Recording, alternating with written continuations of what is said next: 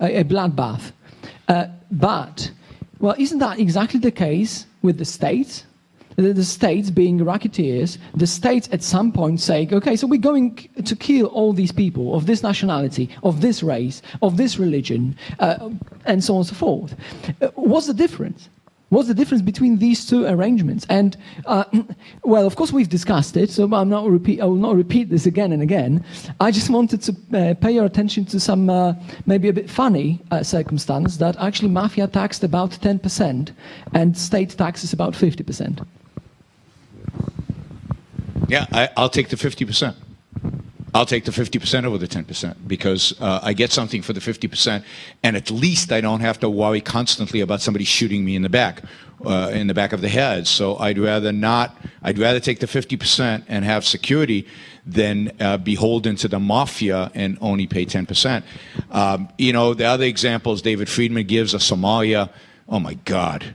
I mean, you should travel to Somalia sometimes to see the wonders of anarchy in Somalia. What's his name also? Pete Leeson writes about Somalia. I mean, what a horrible place.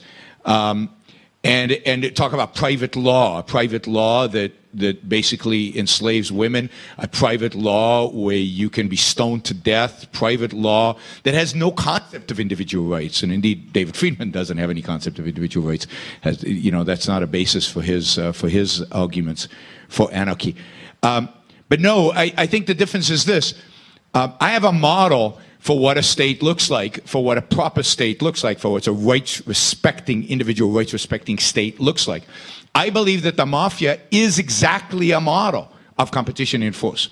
I think competition in force inevitably results in a mafia because there is no standard that dictates how you should compete in force, because individual rights become irrelevant once you accept different agencies defining individual rights in their own different way, defining the law in their own different way. There is no law. There is no individual rights. They're just mafias. That's all that's left. Inevitably, under anarchism, no matter what people, public opinion is. Well, I think as the question from the chat suggested, actually what we can expect from a limited government is basically a devolution into a bigger government and a violation of individual rights. So, in a word, what's the worst scenario we can think of as far as the anarcho-capitalist society is concerned is that some of these private agencies would basically devolve into the state. So the state is the worst possible scenario, and well, we can at least give it a try, and we can at least have 500 years of freedom before the state develops, because as we know from history, state doesn't develop quickly. It took a bit to develop a contemporary state. Actually, we can say that the beginning of the institution of the state is 1648. I mean, that's logically just false, right? The devolution of anarchy to a state is through violence. It's through the violation of individual rights. So yes, the state such a society will create is the worst of all. Is the worst of worlds. Although I think the process of getting there, that is anarchism, is worse than the state that evolves in the end. If you look at the bloodiest periods in history, they are not periods of the nation state. They are periods of warring religions, of warring tribes, of war, where the state doesn't exist, because, and the concept of individual rights doesn't exist. When everybody is fighting everybody, that is the worst case scenario for human existence, and it's what anarchism ultimately has to lead to logically. No, I think there's no standard. There's no objective standard for what is true, for what are rights, for what is the law, for what's a violation. So we can only fight it out. That's all we're left with. That's basically mistaken as far as facts are concerned. This is a Hobbesian myth that in the state of nature, everyone will fight against everyone, and our life will be short and perilous. But the facts are that the biggest amount of victims, both in deaths and in expropriations, in thefts, in mutilations, and so on and so forth, are actually peculiar and peculiar to the states, are peculiar to the statist century, the 20th century, where the states were the strongest. You're not going to tell me, I suppose, that tribes killed more people than the communist regime in China or in Soviet Union. You're not going to. Actually, am. So I'd recommend reading Steven Pinker's over what span of time? Better Nature of Our Angels. I just recommend reading 50 the years? book. The percentage was higher. I'm talking about the percentage, not the total number. Of course not. The percentage was much higher. And that we live today, in spite of all the states that exist, and in spite of my criticism of all the states that exist, we live in the least violent. Now, there's non-violent force being inflicted on all of us. But in terms of violence, we live today in the least violent period of all of human history. And if you think that has nothing to do with the existence of states, of course it has everything to do with the existence of states. States should use violence. Now, they inflict other forms of force, regulation, redistribution of wealth, all this other stuff that I want to eliminate as well.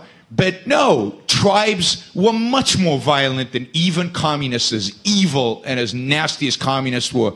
They were much more violent. Well, just last word. Well, it depends how you look at that, right? So you talk about percentages.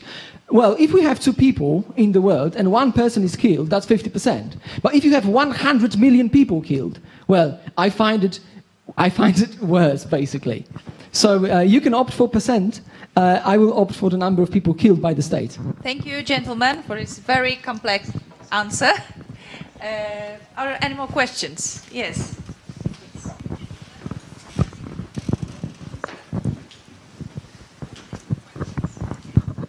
Yes, I have a question to Dr. Dominiak. You said that the limited state is full of contradictions. Would you be ready to accept the limited state as a step towards gaining the anarcho-capitalistic society, or would you say that there is another way to achieve anarcho-capitalism?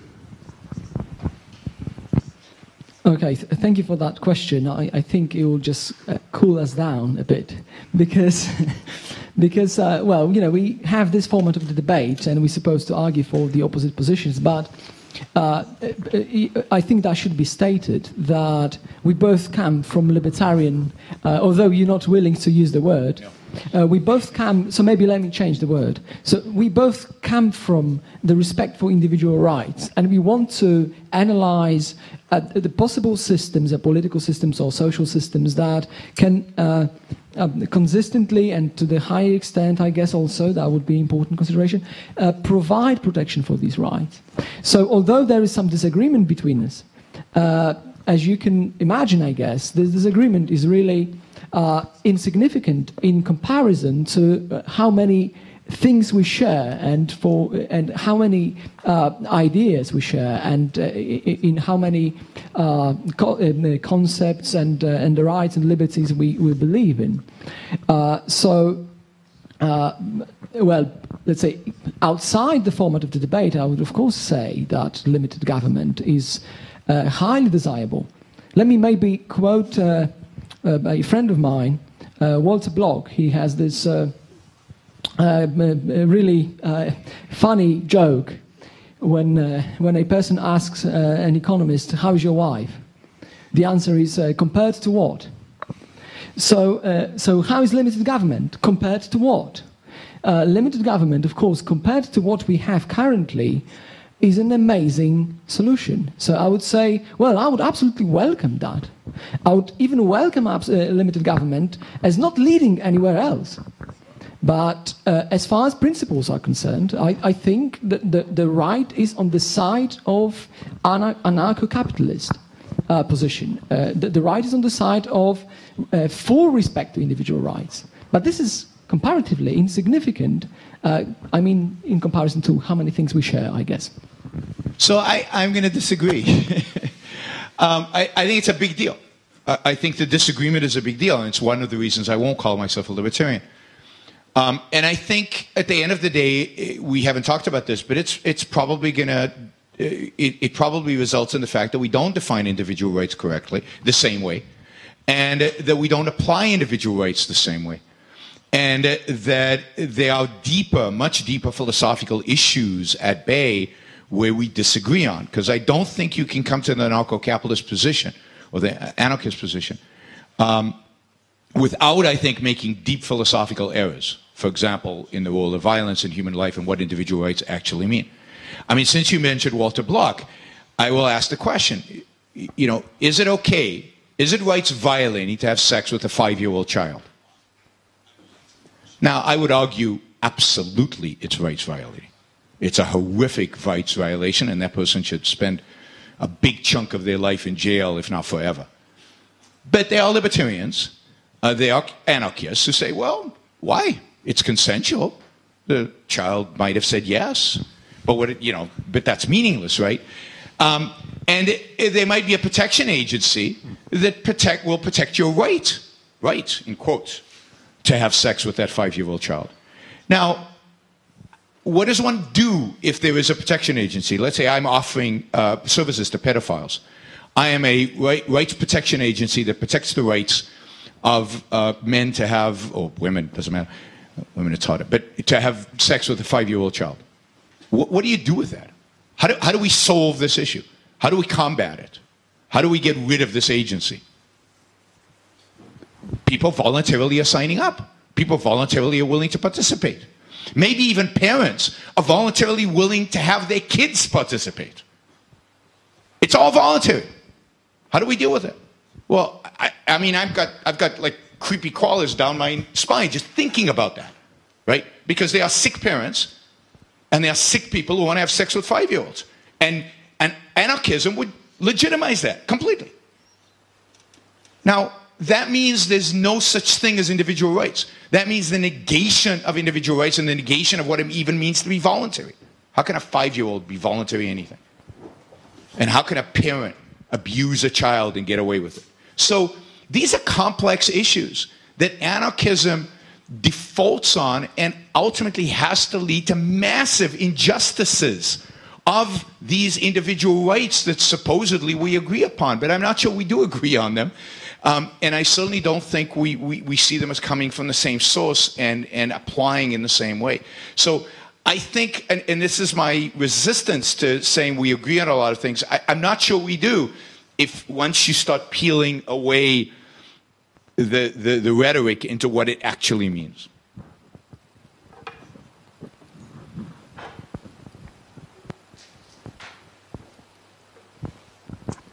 Okay, so I have a question to Dr. Brook. So was your last comment based on what? On distaste? Like, would you be equally moved? Sorry. Was your last comment based on, I don't know, moral distaste or repugnance? Would you be equally moved, I don't know, if I just come back home now and enjoying my property and all my liberties, I masturbate watching pornography? I don't know, would you call it unjust or... I don't know, are you against effectively principle of voluntariness? I don't know, like, does your position imply that if... I mean, your masturbation is not violating anybody's rights. I don't care if you masturbate. So why would I care? Yeah, because I'm trying why would anybody care? I'm trying to test your approach. Like, is it based on distaste, repugnance? So let's assume that... I mean, my point is this. My point is that application of individual rights is complicated. And applying it, for example, to children is very complex. But children have rights. And those rights are held in trust by parents. But somebody has to supervise the parents to make sure they don't abuse that trust. And that, for example, is one of the roles of government, to protect the rights of the child from, often, his own parents. And there's no way to, I just gave that example as a way in which anarchy cannot deal with that. And indeed, anarchy would encourage the creation of societies of pedophiles with parents who want to abuse their kids to join together. Now, I consider pedophilia a capital offense. It's as close to getting, shot as I can think of. Now, you masturbating, I mean, good for you. I mean, I'm actually very much pro-masturbation. I think masturbation is wonderful. You should all do it if you're not doing it. And do it often. What does that have to do with molesting children? It doesn't have any relationship to the two. So what about gays then? What about what? What about gays having consensual sex? It's consensual, right? They're adults. They get to make their own decisions. Again, a child is not an adult. And there has to be differentiation between children and adults, which again, my argument is anarchy cannot embed. You have to have a government that protects children. Right? Okay, let me just push you a bit more. There was this anecdote by Walter Block, like just to follow Dr. Dominiak's style. Like he used this anecdote, like there was a conference, there were two neo-Nazis in the audience, and he was like peculiarly keen on sort of converting them to libertarianism. And he said, "You would have a really good deal with us, with libertarians, you Nazis. You would have your goose marches. You would sing your Nazi songs in your properties. Like, what's more, you could get some Jews to the gas if they're willing, if they volunteer." That's disgusting. That is absolutely disgusting. But that's voluntary. No, you don't. It's not. If you want to commit suicide, that's fine. You cannot. That's exactly a sort of suicide. This is exactly the point where you guys don't understand what individual rights mean. You cannot voluntarily assign yourself into slavery. There is no such thing as a contract. Contract means something. It is a legal document that assigns certain rights and certain responsibilities. You cannot assign yourself into slavery. If you want to commit suicide, you have every right to do that. You can commit suicide. You cannot have a right to contractually assign some Jews to come and get gassed.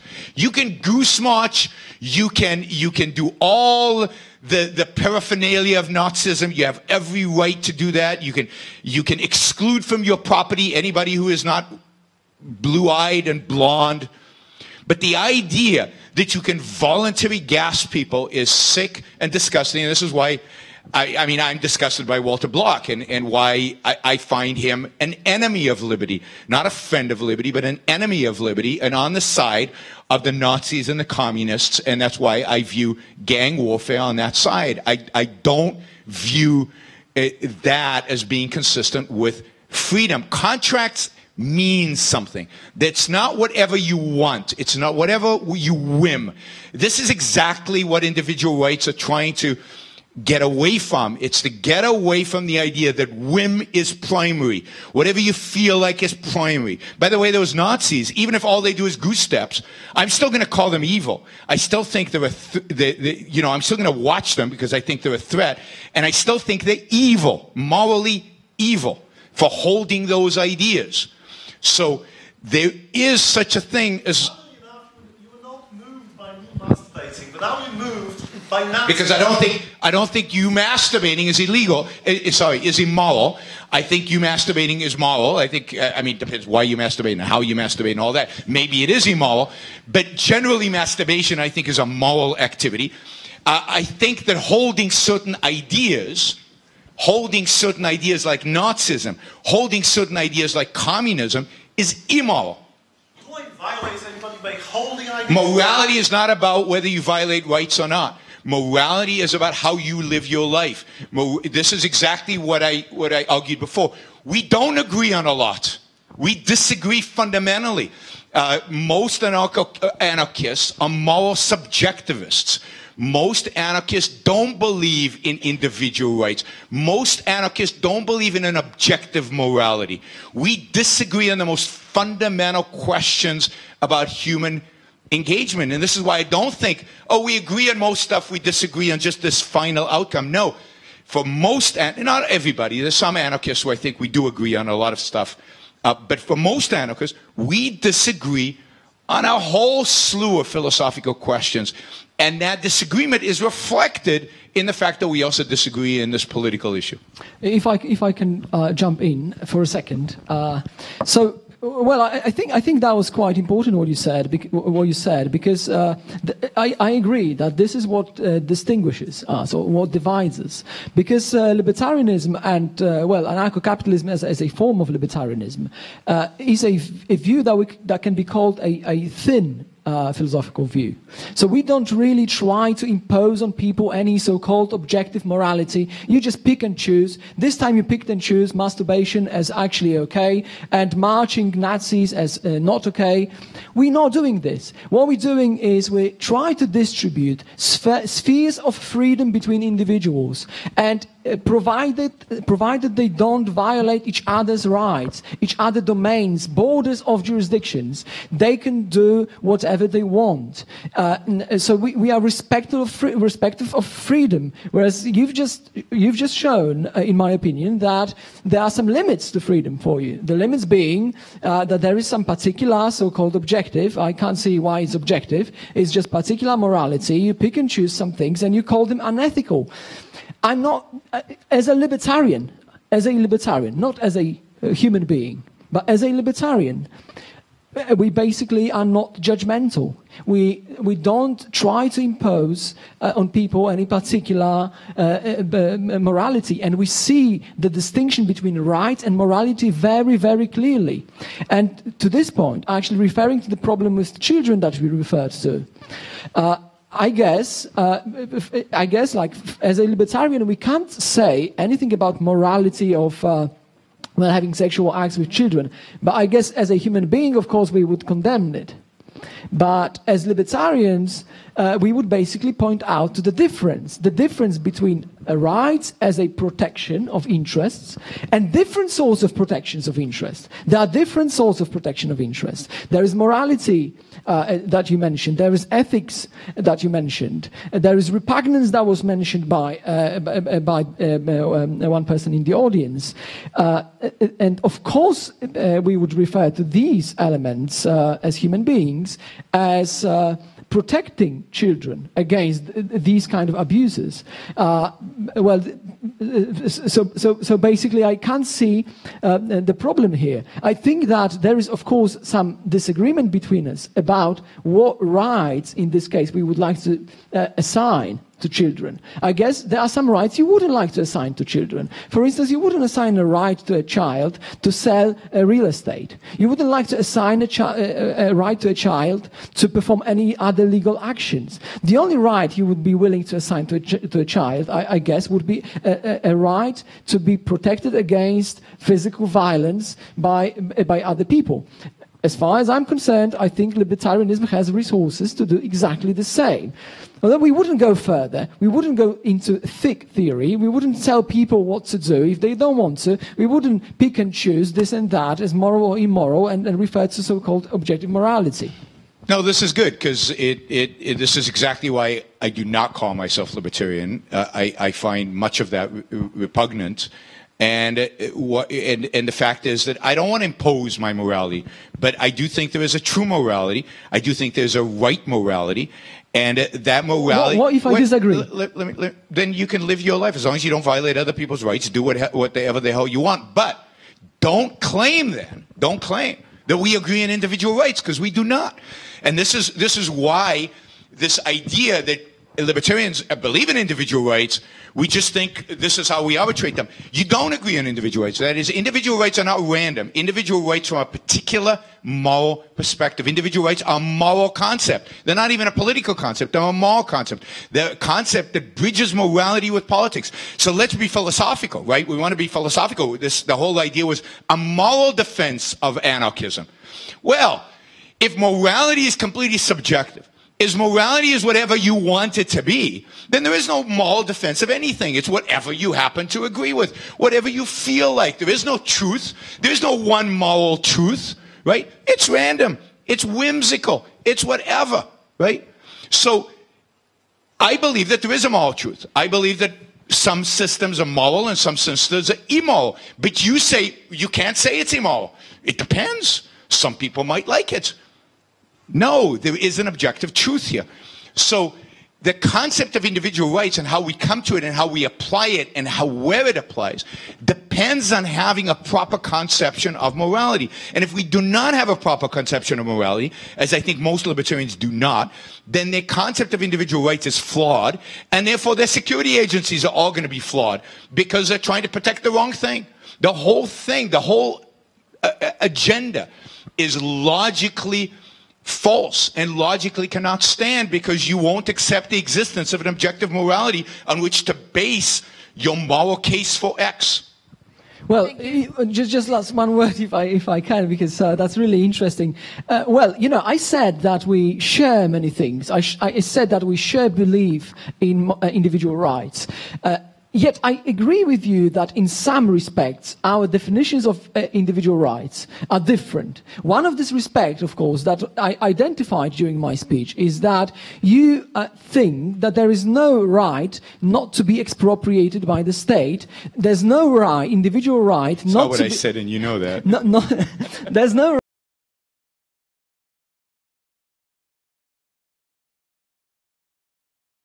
with a protection service on a given territory if there is a monopolistic, compulsory monopolistic agency called the state. The second thing is that, well, libertarianism is really respectful of the fact of which is usually called moral pluralism, that people can reasonably differ as far as their moral doctrines are concerned. We have Christians, we have Catholics, we have Jews, we have various reasonable moral doctrines that differ. And because we have this moral pluralism, exactly because of this reason, libertarianism is a preferable way of distributing between people domains of freedom to decide for themselves which moral doctrine they want to follow, and not to impose on them so-called objective morality that they can disagree with, basically. So, one quick comment. Most moral doctrines, almost all of them, almost all moral doctrines think that using force on other people in order to make right is a good thing. Most moral doctrines do not recognize individual rights. Certainly the Judeo-Christian Islamic moral tradition has no respect for individual rights and believes explicitly that it's okay to use force on other people in order to straighten them out. So I think moral pluralism, great, right? But as long as the morality of individualism is not the dominant morality, then you will not have freedom. And as long as you advocate for moral pluralism, you will never have freedom. Moral pluralism is the way to go down in flames to the statists, to the Christian statists, the Jewish statists, the Islamic statists, and the secular statists who use their moral code in order to justify their rule. It is a way to fail if you believe in liberty. Okay, thank you, gentlemen. Now we will skip to the last question, and after that you will have 5 minutes to sum up the whole discussion. So the last question.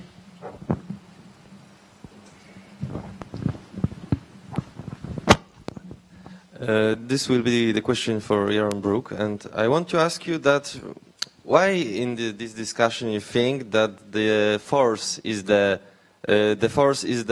need of the people, yeah?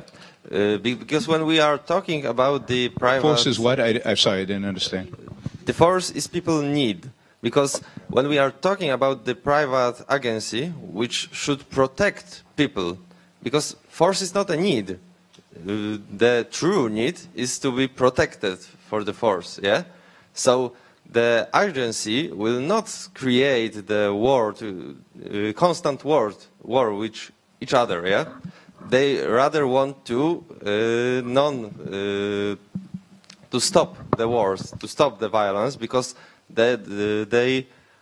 people will pay them for that, yeah? So they work like a company, not like a government. Government have got money in any way, yeah? It's good or bad government. Company can earn money, achieve money and people only when it's good on their own way. So that's a question. Thanks for asking the question. It's a good question. There's a fundamental difference between economic power and force, or what I call political power. The difference is the one embodies a gun and the other one does not. Economic power is truly voluntary. Economic power is about the gaining of values and constant progress and constant competition and constant improvement in win-win transactions and win-win relationships. Once you bring in the gun, once you bring in force, protection you call it, but protection is very naive. It's a very nice word, right? Because what is my protection might be force against you. I need to protect it against you. You're doing stuff economically that I don't like. I want your stuff. And my protection agency is now, I've paid it a lot of money to go after you and go after your stuff. And if my protection agency has a bigger gun than your protection agency, then who do you think is going to win that one? It's all about guns. It's all about the size of the weapons. It's all about force. It's not about value creation. It's about guns. It's about the bigger gun wins, right? So, political power, the power of the gun, is about coercion. It is about force. Whether it's held by the government, it's power, it's the same kind of power in government, or it's held by private entities. Private entities that are supposedly motivated by money, but they still have a gun in their hand. And a gun in their hand allows them to inflict their power over other people without it being voluntary. And their whole purpose is not to be voluntary, because they're protecting me. They're not protecting you. You didn't pay them. So they're there to protect me. So if I have a conflict with you, they represent me. And if they're going to inflict their power on you, they're not violating any voluntary agreement they had with me. I say, cool, go after him. Now you have a protection agency responsible for protecting you. And they have to negotiate, or they have to war, or they have to do whatever. And what if their negotiations break down? And this is why, it was brought up that states functions like this. Yeah. And exactly what we get. We get wars. We get World War II. We get even stupider World War I, or both are equally stupid, I guess, World War I. We get because there's no final authority. There's no way to arbitrate disputes. And they have big guns. And I can inflict, I'm Germany. I can inflict my bigger gun than on Poland. I'm going to take you over. Well, the protection agency is going to do exactly the same thing. And there's no way to stop them. And the will of the people doesn't matter, because the people, unless the people are all armed, and that's fine. I mean, the one solution I can imagine to all this is we're all armed. We all carry. We all have the machine gun ready. And we're all constantly, all the time at war. But nobody wants to live like that. Nobody wants to live like that. Nobody should want to live like that. Nobody should live like that. I consider the anarchist position in the same place as authoritarianism, because I think it leads to the same state of mind, the same kind of life, which is a life of fear and oppression and constant fear, constant inability to use the one weapon, the one tool we have to produce, which is our mind. If I can jump into this question also. Yes. Okay, thank you. The last few sentences. Okay, all right. So first of all, I would say maybe that would be worth mentioning today, something that we haven't mentioned yet. The difference between the operation between the states and, as what you mentioned in your question, between private security agencies, which, by the way, I think we can expect would be actually insurance companies working on a free market. Insurance companies provide service to people. They insure them against catastrophes. These catastrophes can be natural catastrophes or social catastrophes. Social catastrophe is nothing else than being a victim of a crime, being a victim of a murder, and therefore this kind of imbalance that you suggested, that your defense agency represents you against another person, and the only thing that the agency wants to do is basically to respect your rights, is also doubtful, because in the case of insurance companies, these interests are not so easily distributed, because the insurance company considers a person who actually is a victim of a catastrophe a winner against the insurance company. So the incentive structure wouldn't be so straightforward as you're suggesting. But then so that's the one thing. And now we can compare these two models that we haven't yet. Was the crucial difference between these two organizations? The crucial difference is that the state can externalize costs of its aggressive behavior on the taxpayers, on the people that involuntarily have to hand over the money to the state because they are threatened with death and loss of the life, liberty and property. Whereas organizations such as security agencies, or in particular insurance companies operating on the free market, they operate on a different basis. They cannot externalize costs of their aggressive behavior on the customers because, as you suggested, and as you suggested rightly, they are financed through a voluntary purchases of the service they provide to the customers, to the willing customers. And therefore the incentive to start the war, to have a war between agencies, is a different sort of incentive, and I claim is a smaller incentive than there is between the states. We can ask ourselves this question. Imagine two organizations, ceteris paribus, all other things being equal, counterfactually, all other things being equal. Organization A and Organization B, they equal, except one thing. Organization A can't externalize costs of aggressive behavior on other people through taxation. Organization B can do that. And now ask yourself, which of these two organizations will be more aggressive? Where will be the bigger incentive to start violence, to initiate physical force against innocent people? So, and my last point about, arming to teeth, having guns next, with you all the time, machine guns and things like that. Well, I basically, as a free marketeer, I believe in division of labor. And I don't think that we would have to defend ourselves individually. I think we would outsource it. We could outsource it. We could have a division of labor, and professional agencies specializing in this service would basically protect us. In particular, that would be insurance companies, as they protect us now, before something happens to us, not afterwards, as it's the case with the police. And actually, that was also surprising for me when you mentioned that you're not afraid of the state. Taking into consideration how many violations are committed by the police in the United States, it's really surprising. We, at least in Poland, don't have this problem because our police is really not so strong and doesn't have such powers. But it's surprising to hear it from someone from the United States, where you really have a big problem with the police and the violence of the police.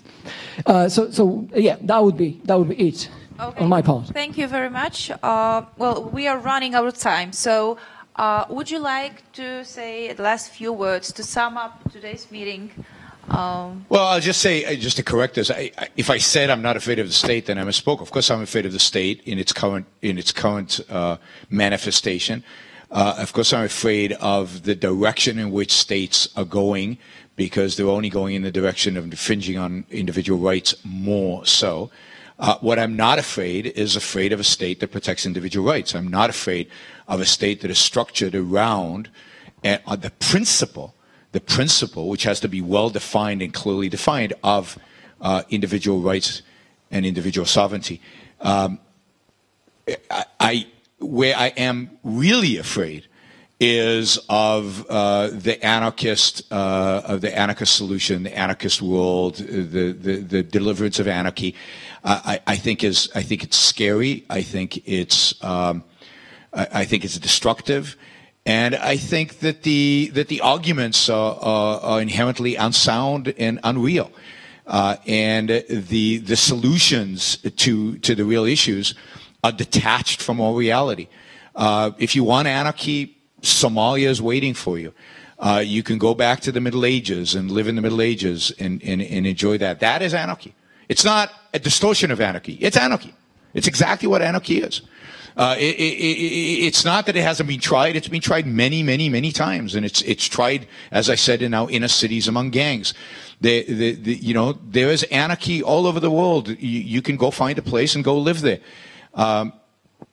It's a horrific existence. It is not an existence worthy of human beings, and I think it does us a disservice as defenders of liberty, of those of us who want to defend freedom, to advocate for a system that is so destructive to human life. Thank you very much. Last few words, yes? Yeah, absolutely. So what I wanted to say is, well, we could hear that if we want anarchy, we should go to Somalia.